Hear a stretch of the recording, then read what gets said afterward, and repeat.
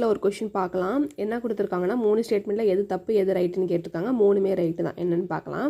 First வந்து எதை பற்றி கொடுத்துருக்காங்க அப்படின்னா ரெப்போ ரேட்டை பற்றி கொடுத்துருக்காங்க. அதாவது ரெப்போ விகிதம் அப்படின்னு சொல்லிட்டு தமிழில் சொல்லுவாங்க. அதை பற்றி கொடுத்துருக்காங்க.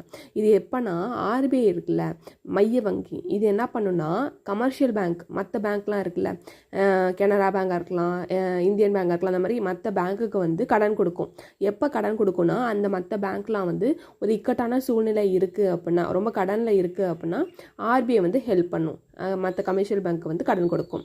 இப்போ மார்ச் 2026 படி ரெப்போ ரேட் அப்படிங்கிறது இந்தியாவில் எவ்வளோ இருக்குன்னா 5.25% இருக்குது இப்போ கரண்ட்டில்.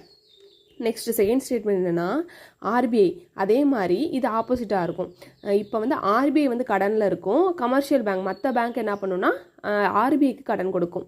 இதைத்தான் என்னன்னு சொல்லுவாங்கன்னா ரிவர்ஸ் ரெப்போ ரேட் அப்படிம்பாங்க. தமிழில் வந்து மீள் ரெப்போ விகிதம் அப்படின்ற அர்த்தம்.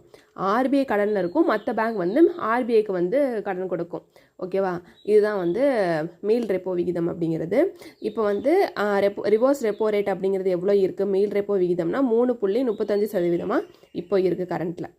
தேர்ட் ஸ்டேட்மெண்ட் என்ன கொடுத்துருக்காங்கன்னா ரெப்போ ரேட் அப்படிங்கிறது எப்போதுமே ரிவர்ஸ் ரெப்போ ரேட்டை விட அதிகமாக தான் இருக்குன்னு கொடுத்துருக்காங்க. கரெக்டு தான். இதிலே பாருங்கள், ரெப்போ ரேட் வந்து எவ்வளோ இருக்குது 5.25 இருக்குது. ரிவர்ஸ் ரெப்போ ரேட் அப்படிங்கிறது 3.35 இருக்குது. ரெப்போ ரேட்டு தான் அதிகமாக இருக்குது, ரிவர்ஸ் ரெப்போ ரேட் வந்து கம்மியாக தான் இருக்குது. இது வந்து எப்பொழுதுமே இதே வந்து இப்படி தான் ஃபார்ம் ஆகிட்டுருக்கும். ரெப்போ ரேட் அதிகமாக தான் இருக்கும், ரிவர்ஸ் ரெப்போ ரேட் வந்து கம்மியாக தான் இருக்கும். இந்த கான்செப்டில் ஒன்று தான். ரெப்போ ரேட்னா என்ன, ஆர்பிஐ வந்து மற்ற பேங்க்கு கடன் கொடுக்கும். ரிவர்ஸ் ரெப்போ ரேட் மீள் ரெப்போ விகிதம்னா என்ன, மற்ற பேங்க் வந்து ஆர்பிஐக்கு கடன் கொடுக்கும். எப்போனா ஏதாச்சும் ஒரு இக்கட்டான சூழ்நிலை இருக்கப்ப இல்லை கடனில் இருக்கிறப்ப.